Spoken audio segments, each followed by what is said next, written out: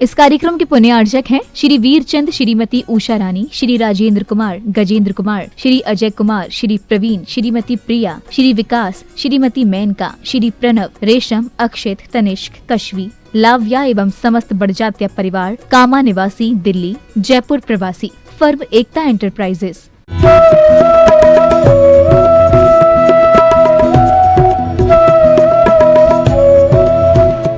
किसी ने पूछा, तुम्हारा व्यापार कितना है?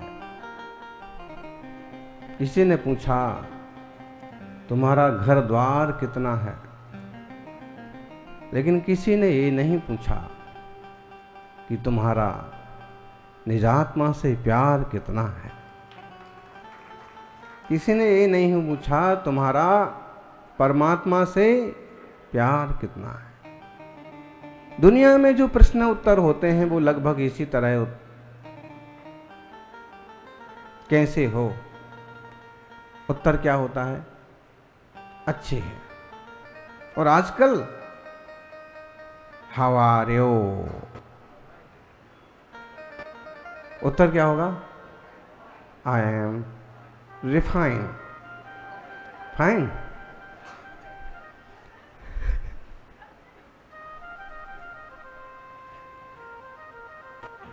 प्रश्न भी ऐसे ही पूछा जाता है, उत्तर भी ऐसे ही दिया जाता है, और इसके आगे कुछ भी बोलने की गुंजाइश नहीं छोड़ी जाती है। जैसे उसने कहा कि अच्छे हैं, कि जैसे उसने कहा कि फाइन, वैसे ही चुपचाप वहाँ से निकल लो। क्यों? क्योंकि अब इसके आगे असली बात चालू होगी। कह तो देंगे अच्छे हैं, सब ठीक है, लेकिन सब ठीक नहीं है।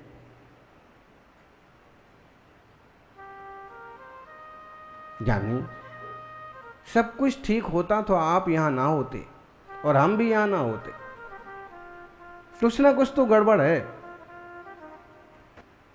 तभी हम यहां हैं। मतलब अगर गड़बड़ ना होती तो आप कहां होते? कृष्णा नगर होते क्या? चांदनी चौक होते क्या? नहीं, अगर कुछ गड़बड़ ना होती तो हम सिद्ध शिला पर होते।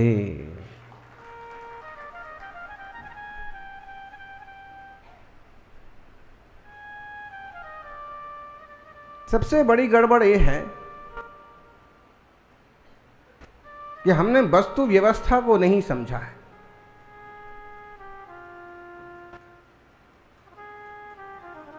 हम जो नहीं है वो हमने अपने आप को माना है। तपस्वी सम्राट का एक प्रवचन है, और वो कहते हैं कि हर व्यक्ति कहता है आई एम समथिंग। छोटा आदमी आता है, वो भी कहता है आई एम समथिंग। बड़ा आदमी आता है, वो भी कहता है आई एम समथिंग। पढ़ा लिखा आदमी आता है, वो भी कहता है आई एम समथिंग। अनपढ़ आदमी आता है, वो भी कहता है I am something. I am something मतलब क्या? समथिंग मीन्स मैं कुछ हूं, मैं भी कुछ हूं। I am something, I am something, I am something. लेकिन कोई ऐसा नहीं होता है कि जो कहे आई एम नथिंग। जब तक आई एम समथिंग करते रहते हैं, तब तक वह समझ लो कुछ नहीं है। और जब उन्हें ये ख्याल आया आई एम नथिंग, तो समझ लो वह सब कुछ है। I am something not but I am nothing. मैं कुछ नहीं हूं, लेकिन मैं नहीं हूं। मतलब क्या? अहंकार का दफन करना। अच्छा, आप जो कहते हैं कि मैं कुछ हूं, उसमें आप किस चीज को गिनते हैं? किस चीज को गिनते हैं जी? इतने सारे लोगों ने आज मंगलाचरण करे, एक छोटे बच्चे से लेकर के बूढ़े मातक ने इतने मंगलाचरण करे कि शायद दिल्ली में पहली बार इतने मंगलाचरण हुए होंगे। ये भी अपने आप में एक रिकॉर्ड है, विश्व रिकॉर्ड हो सकता है। और सबके बोल एक से एक अच्छे, एक सुंदर गीत।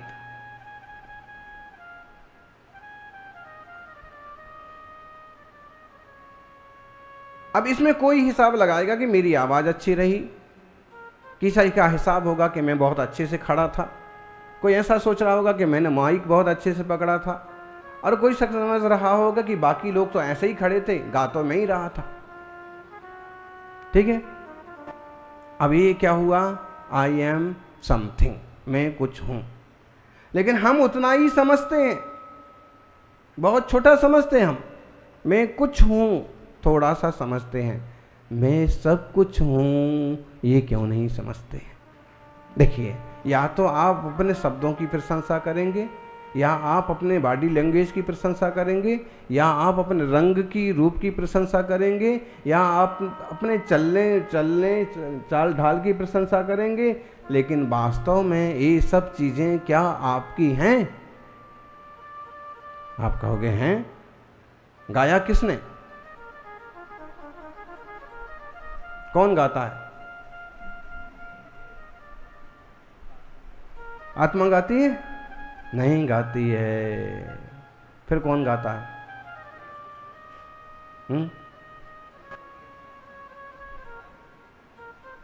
आत्मा नहीं गाती है तो शरीर भी नहीं गाता। ये कहना चाहते हैं आचार्य श्री कुंदकुंद स्वामी कि आत्मा इतना छोटा नहीं है। आत्मा तो कैसा है? आत्मा है पूर्ण, अपने में संपूर्ण, अनंत गुणी। कैसा है? तो अपन सीधा समय सार की 49वीं गाथा पर बात करेंगे। ये गाथा जो है बहुत प्रसिद्ध गाथा है। आचार्य कुंद स्वामी के पंच परमागमों में ये गाथा आई है। कौन सी गाथा? ये वाली 49 नंबर की। अरस मरूम गंधम अब्बतम चेदड़ा गुणम सद्दम जाणमलिंग गहणम जीवम निदिठ संथानम। गांधीनगर वाले कहाँ गए थे? नाश्ता करके आ गए ना, बहुत बढ़िया काम किया।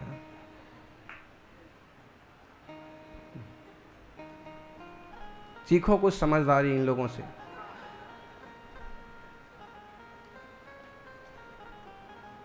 यानी सबसे पहले आस्था, उसके बाद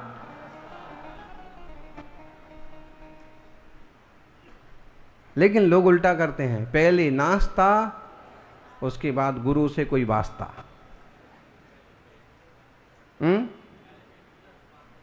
पहले पेट पूजा फिर काम दूजा। ऐसे नहीं, पहले जिन पूजा फिर कोई काम दूजा। अब ये गाथा बोलिए सभी, इसी पर आज अपन बहुत अच्छा मंथन करेंगे, आपको ध्यान में आएगा, बहुत अच्छे से समझ में आएगा। सभी बोलिए।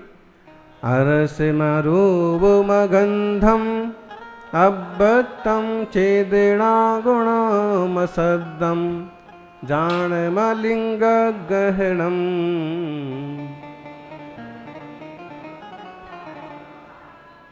कैसा है जीव?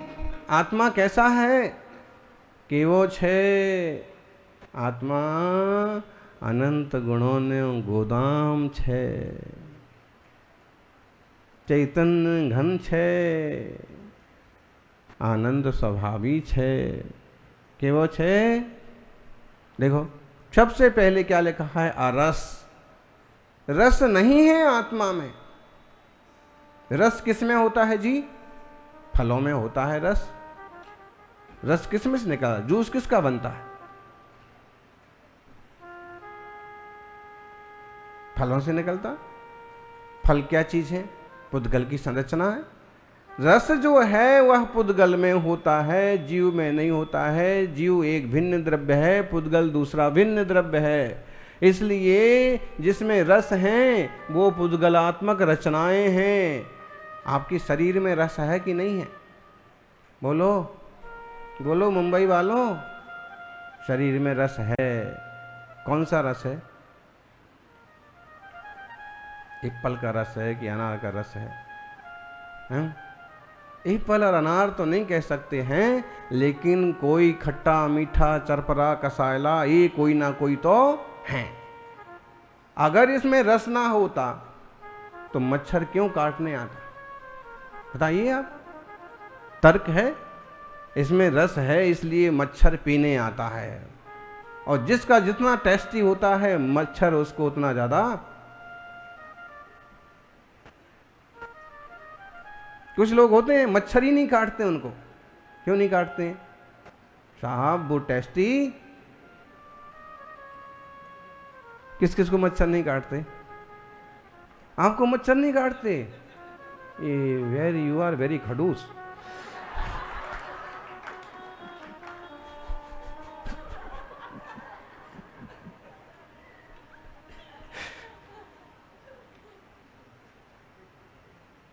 हम तो परेशान हैं साहब। खूब ऊपर बैठते हैं सामायिक में तो पूरा उन्ने खूब मतलब पूरे शरीर पर और सूजन भी आ जाती है, फिर खुजली भी चलती है और फिर पूरी बॉडी पर आ जाती है। तो ऐसे लगता है कि जैसे अपना भी थोड़ा मोटापा बढ़ गया हो, इधर भी कहीं भी। लेकिन क्या करें, अब जब रस वाली चीज का संयोग कर रखा है तो जिनकी रस लाने लायक है वो तो अपना काम करेंगे। अगर हमारा देह ना होता तो ये विकल्प भी ना होता। देह है तो ये तो होने वाला है। और एक बात, तुम्हारे लिए तो श्रावक जो हैं कोई व्यवस्था भी बना लेंगे। खिड़की पर वो डाली लगा दो, जाली दरवाजे पर लगा दो। लेकिन तुम ही छत पर जाके बैठ जाओ तो उसमें क्या कर सकते हैं? पूरे आसमान में तो नहीं लगा सकते ना जाली। यानी मुनियों की साधना तो ऐसे ही होती है। हमने गुरुवर सन्मति सागर जी महाराज की आंखों से देखा था एक गिरनार जी का प्रसंग।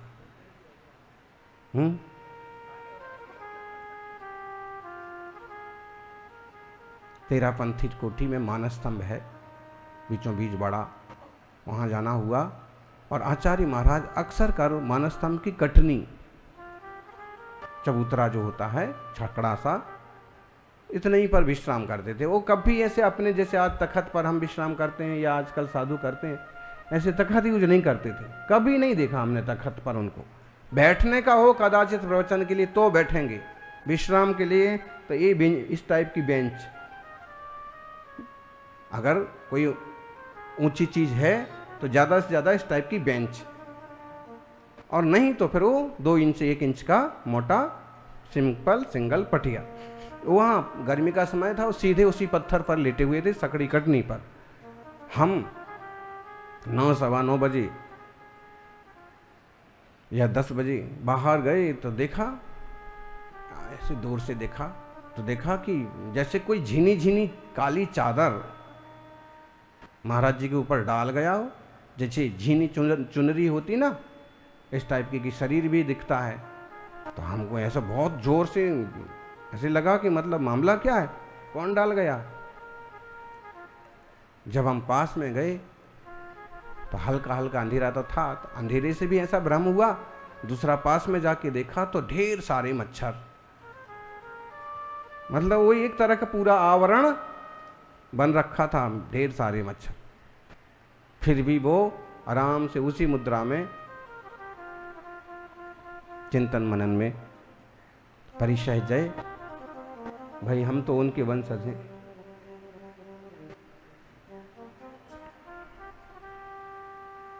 पिता पे पूत, जात पे घोड़ा, बहुत नहीं तो क्यों जी।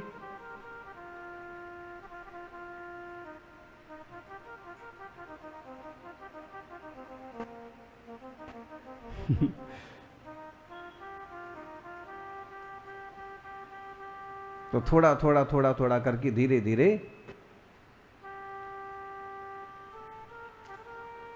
आते हैं गुण।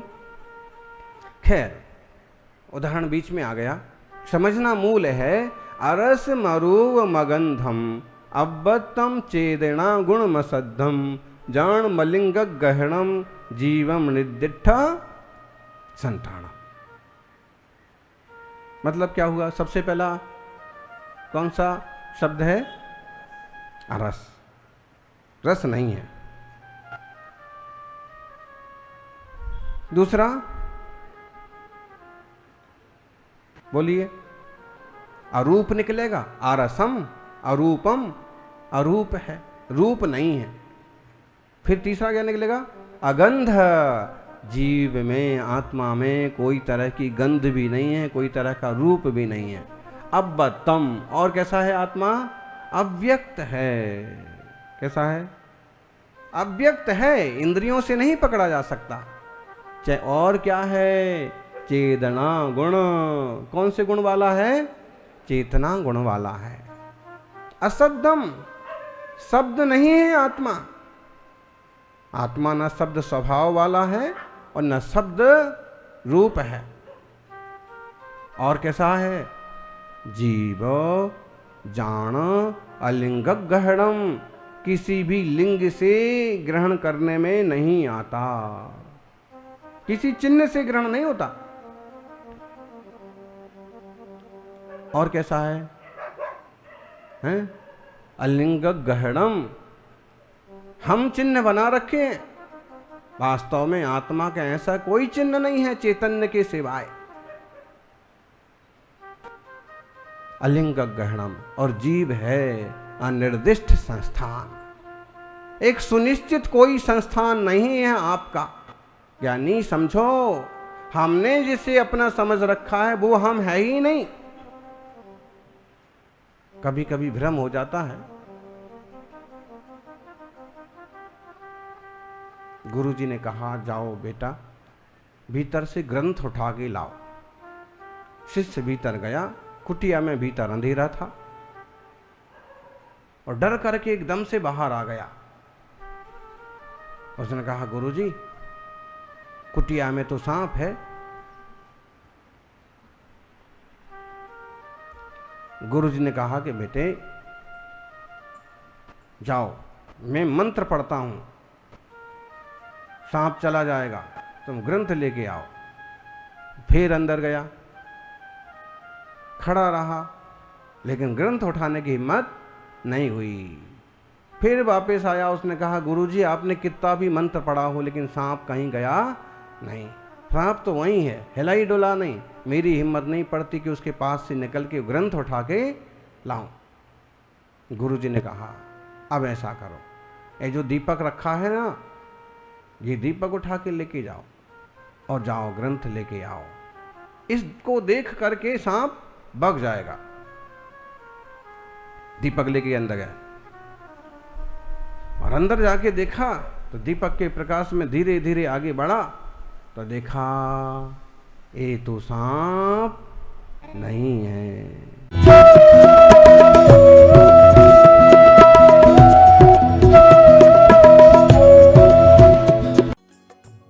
इस कार्यक्रम के पुण्यार्चक थे श्री वीरचंद, श्रीमती उषा रानी, श्री राजेंद्र कुमार, गजेंद्र कुमार, श्री अजय कुमार, श्री प्रवीण, श्रीमती प्रिया, श्री विकास, श्रीमती मेनका, श्री प्रणव, रेशम, अक्षित, तनिष्क, कश्वी, लाव्या एवं समस्त बड़जात्या परिवार, कामा निवासी, दिल्ली, जयपुर प्रवासी, फर्म एकता एंटरप्राइजेस।